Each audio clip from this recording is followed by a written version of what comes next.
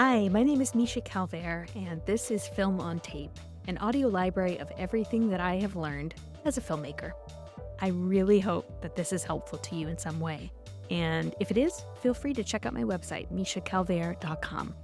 You can see my writing and directing there, and you can also sign up for very occasional emails that I send. All right, on to the show. Today, we're going to talk about how many takes do I like to use on set when I'm directing. You've gotten the part, you're cast, and you're on set making the movie or show with me as director. And this came in from one of the listeners. So, short answer, at the indie level, between 3 to 5 on average. So, as far as bigger budget films, yes, you do have more time, generally speaking, than what I'm talking about. So, 3 to 5 takes. On many shoots that have more normal Hollywood budgets, you have more than that, but not always. I remember I was listening to Aaron Sorkin talk about the filming of The Trial of the Chicago 7. Oh no, it wasn't Aaron, it was Eddie Redmayne. And Aaron Sorkin wrote and directed, and Eddie Redmayne was, here I am, indie director, thinking that, okay, well, if you're a Hollywood film, like, you just have unlimited everything, unlimited time, unlimited money, do whatever you want. It's Aaron Sorkin. And Eddie Redmayne's like, there were times when we were filming the courtroom scenes when we would only have time for the wide shot. Like, that was all that we could get that day, that hour. Like, we didn't go in for mediums or filming like the individual actors. Like, for that particular scene, all we had time to do was a wide. And my mind was absolutely blown. Because for me, I think it's Aaron Sorkin. He can just, have carte blanche. No, depends on the budget, depends on the film, which is why, you hear casting directors go on and on about you got to nail it in the first take when you're with your auditions. Well, sometimes you got to nail it in the first take when you've got the job. When you've got the job, you may only have one take. And you also never know when the other actors are going to bring it or not. You never know when the lighting is going to be right or not. You could shoot 10 takes and maybe they only had the right lighting on the first take because the sun was setting. So if you didn't nail it that first take, you're going to look bad on camera because you didn't find it takes 2 through 10. So, and that doesn't mean that you bring the same performance every time. It just means that each time you bring something spectacular, right?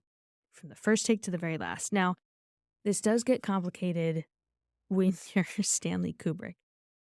I talk about 3 to 5 takes on my sets. But the man openly said that when he was filming The Shining with Shelley Duvall, and remember they're shooting on film, so it's not even digital. The man is burning money.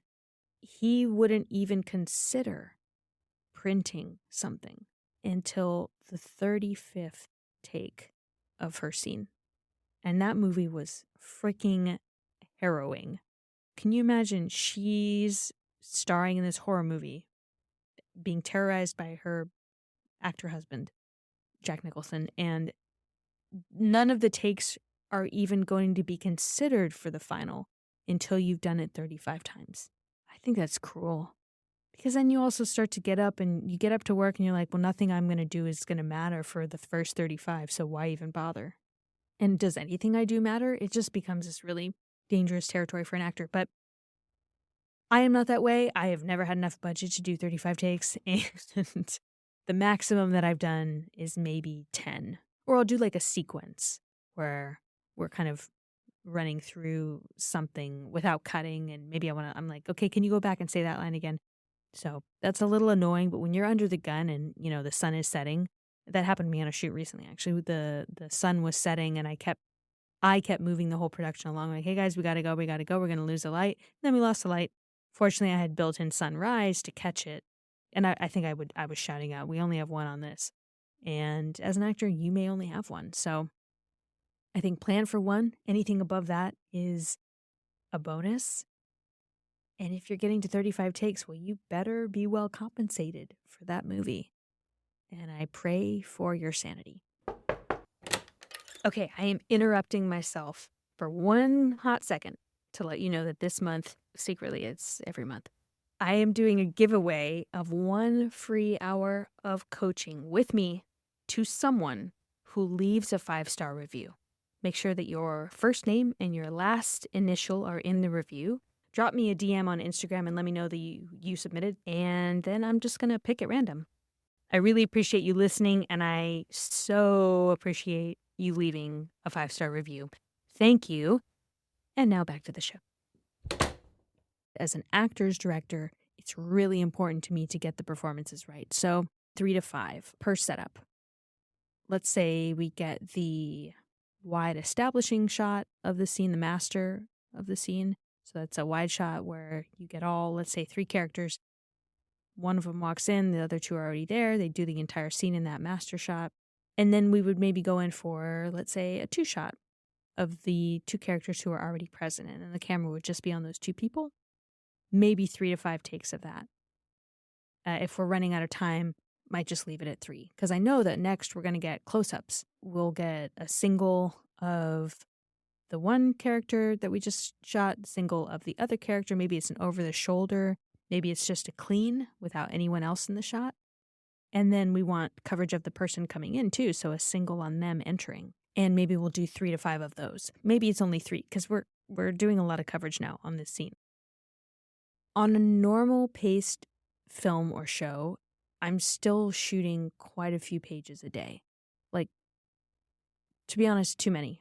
I'm so stressed out on my own productions because they're always very ambitious. They're always way bigger than the budget should allow for. And God bless my producers. Sorry. And thank you. I'm probably the most stressed out person on set, although my producers also probably really don't like how ambitious my scripts are. So we're always racing to make the day.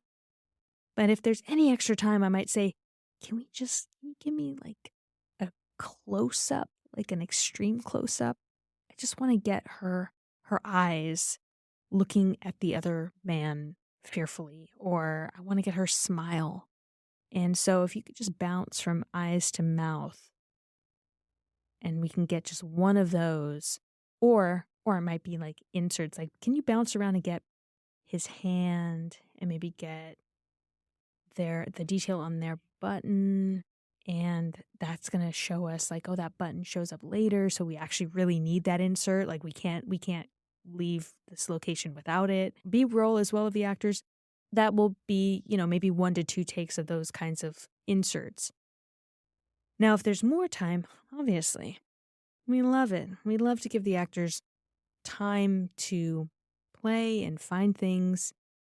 But sometimes, and I hate this, sometimes there's room for only one, which I hate it. I try my best to make that never the case, because at least at the indie level, a lot of times the first take is where the camera is even figuring out what's going to be the best way to shoot this given the not ideal lighting package that we've gotten. Or the, having to cobble together a camera rig that we're already under pressure to put it together in time. So it's not in the best place, or we're still figuring out the placing. So that first take is oftentimes, it's not about the actors at all. It's about, oh God, that light is really not going to work, is it? So we're still figuring out tech stuff. And if you only have one shot, and that's the shot where you're figuring out the tech stuff, well, that's not cool. No one likes that. So trying to get those multiple takes is really, really important for me. And also my writing is kind of strange and complex. So sometimes the actors need more time to understand what is even going on here in the scene and how to bring the full complexity to it that can unfold take after take.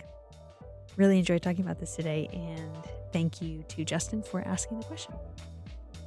Thank you so much for listening to Film on Tape. I really hope that it was helpful to you in some way, and if so, please feel free to leave a 5-star review so that other people know this is a good podcast.